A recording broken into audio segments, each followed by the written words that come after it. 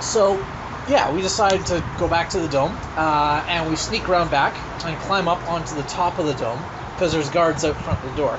And I say, okay, we're gonna knock a hole in the top of the dome so that we can like attack through the roof and they'll never see us. Oh, you guys are coming attacking out. the level 40 solo. Oh no, he's all tied up. That's enough. He's a 40 solo. He's restrained. The obelisk has managed to restrain him somehow, and we don't plan to mess with that restraint. We're just gonna kill him. I'm a little bit concerned because Killing an ultra necromancer may actually just be the start of our problems. Croesus is and all... then I had them exactly where I wanted them. But Croesus is all like, nope, sticking a long spear into him is going to solve everything. Yeah. Fix it, I'm going to kill Korblund, stick a long spear into him. But first, they need to be stealthy. Yeah, so we go up on top of the dome, and John really doesn't want us to be stealthy because he really wants to attack us with all these things he has planned. With a level 40 solo. And no, the level 40 solo is tied up. He's not. I think we all know what properly restrained me. Look, the obelisk did this. It's very thorough. I think it's probably okay. I'm just concerned that sticking a long spear into it is going to mess things up somehow. Yeah. That's exactly what I wanted you to do. I'm mainly concerned about those 3 Warforged in robes. We gotta kill them. Or something. You know, we're gonna do something about this. But first, we gotta get Serendipity to see what's going on in there so that she can tell us, you know, whatever you do, don't stick a long spear in Korblund. Or whatever. So we go up on top of the dome and make a hole in the top of the dome. And John's like, oh, you're going to make a lot of noise making a hole. And it's like, no, turning things into cheese is silent. It's like, and you made it into I never cheese. should have given you that ability. What ability is this? Cricket has the ability to turn any natural material into cheese. Was that something you guys got from one of the artifacts? Yep. Basically, it was the don't touch this artifact. I think it was a thing where it would like implant knowledge in your head. Yeah. And it gave you massive penalties for a while because you had a huge headache, but you got this knowledge, and so she got a ritual that turns things to cheese. It's not a ritual; it's just an ability. I flat out cheese. I just know the nature of cheese now. Yeah. The true nature of cheese. The molecular structure. I actually got 2 things. John had this like huge table of random things. I got the cheese thing, which has turned out to be vital. And I also got one of the things John just threw in there as one of these random, like, this is useless knowledge. Every knowledge of the nobles. Every noble in the Empire. You also got knowledge of pain slavery, but we that was Ben Gerard. Oh, okay. Who wisely deleted that. Yeah. So anyway, and it turns out that was all like super vital, important prep for my career as for this fight. Yeah. Career as queen and everything led up to this. So, stealthy cheese hole maker. Yeah. So I use a bluff check to make Croesus think I'm making this hole as fast as I can, but I'm actually making it as slow as I can, so Serendipity can get a look through. Before Croesus can fit through and start spearing things. So I make the hole, and Serendipity looks at the stuff in there, and she's like, oh, I know, I figured out what that is. It's a soul antenna that is attracting the souls of everyone who dies, like anywhere. Oh, wow. Pulling them here and stuffing them into the forest to make the trees grow. So every tree has a soul. And so then they're using the trees to make the Warforged. And so at which point Cricket goes, oh, come on! Does literally everything in the world have a soul now? That cheese is. And so yeah, you could make cheese automatons. So we start arguing about whether Warforged have souls, whether they are living souls or dead souls. And then John goes, okay, they overhear your arguing. Element of surprise lost. Yeah. And I was like, I'm not even mad because that's just so us. Yeah. That we would immediately fall to arguing about whether things have souls. You guys are going to have neighbors at some point. No, we're moving. In January. Yeah. I doubt they'll have built whatever that is by then. They might break ground in next summer. Maybe. And it's going to have a myriad of high-end restaurants. It's a game store. No, I'm just kidding. Wow. Okay. 3 more Boston pizzas. Did she explain why he's level 40 or how they made it? Well, he's level 40. He's level 40. He's big. That tough doesn't guy. require explanation. Doesn't need it. So anyway, yeah, she. It sounds like he's a pretty big deal. Yeah, he's a big deal. He's a legendary creature of. Yeah, he tried ending the world. I wonder how they managed to snag him. I don't know. The obelisk is older than him. Hopefully, we won't need to find out. Yeah. But anyway. Okay. And the skewering. What was that? Did you skewer him? So that was the end of that session. Yeah. So this is. And now, when last we left our intrepid adventurers, all right. all that stuff happened. They were arguing over a hole. Yes, we were sitting on the hole.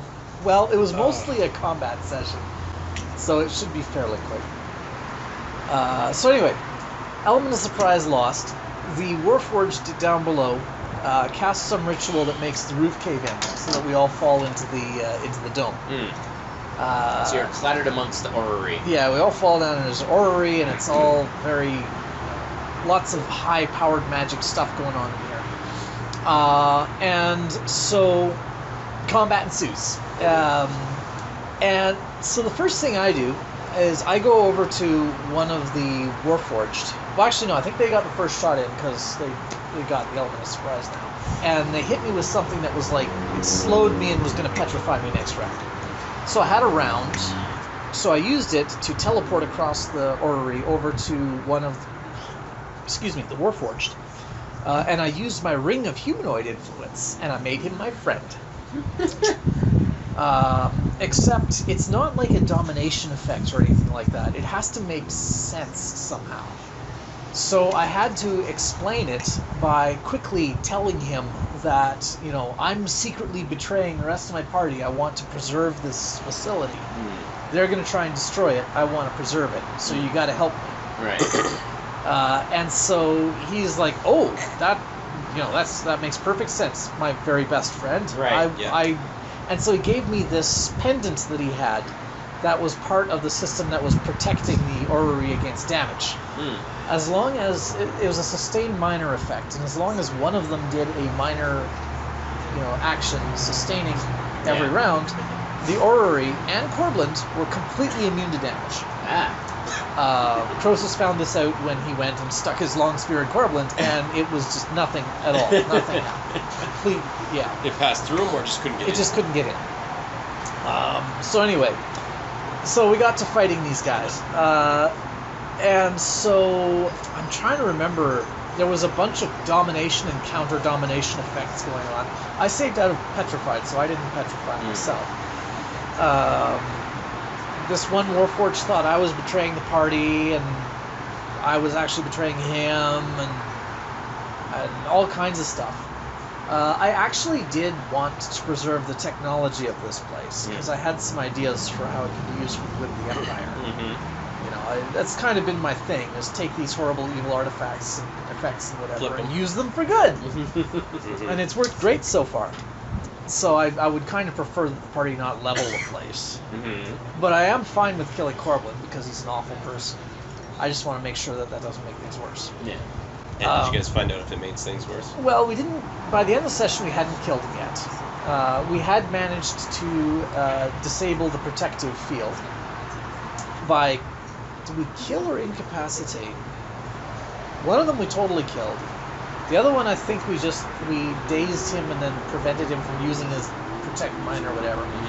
At which point Croesus stuck his spear into Korblund and got a critical hit on Korblund's face, permanently blinding him. Wow. But it didn't kill him because level 40. And in fact, as I kind of suspected, he's a supporting boss. So as soon as he got injured, the machine suddenly got this huge overload of necromantic energy. And it started spewing undead abominations out of every crack and orifice of the machine. So that's where it ended. It's like we'd incapacitated all the Warforged except that one who's my friend. But now this machine is spewing ghosts everywhere. But what about the 12 Xanatar pileup? I'm skipping over some of the layers of betrayal because there's like domination effects going on. There were those spells that make enemies hit each other. Right. Yeah. We used like 3 of those in one round. Wow. So like everyone was hitting each other, and It's like, why are you betraying me? I'm not. Actually making me. I'd actually like to just listen to an actual session of you guys playing in these combats because it's probably hilarious. I don't know. I think we give the highlights. Yeah. No, I like the nitty gritty details. I find them fascinating to hear how you're exploiting abilities. So, but it sounds like things are accelerating because everyone's. I feel like you guys are trying to wrap this thing up. We're really high level, and it's like John would really like to wrap it up before his 4th edition subscription. October.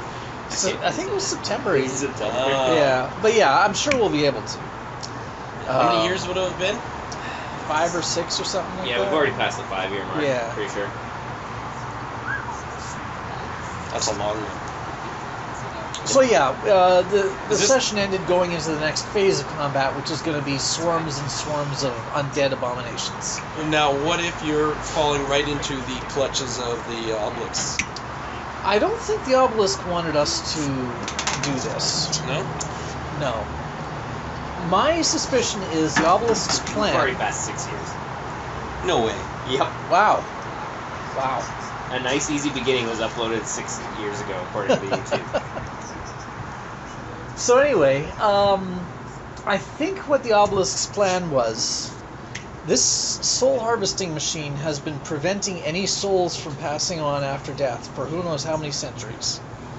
And if it then goes and has the Warforged go and kill everyone, he's going to get all those souls as well. So every time the Warforged kills someone, there'll be more Warforged built. If we destroy this thing, then it's going to be a lot more even. Yeah.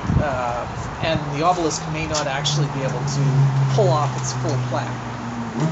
So if we destroy this machine, I'm going to try talking to the obelisk again and point out that, okay... I now control your machine. Or at the very least, it's incapacitated. You can't use it to make Warforged. So if you go ahead with your attack, it's Is there a going switch to be on it that says good and evil, and it's set to evil? There's your problem. Your undead orrery or whatever is set to evil. Yeah. No, I have some plans. And it would be really handy to have a machine that can pull the souls of the dead out of the ether as they pass on. For the greater good. Yeah. You know, that starts to get a little fuzzy when you make camps. You're starting to put people in those camps, Brian. February 13th, 2012 was when we posted the world building. Oh, 2012. 6 years. Damn. Maybe one day I'll get to play with you guys. Although if they last 6 years. April 2nd, 2012 was the posting of the first Tale commitment.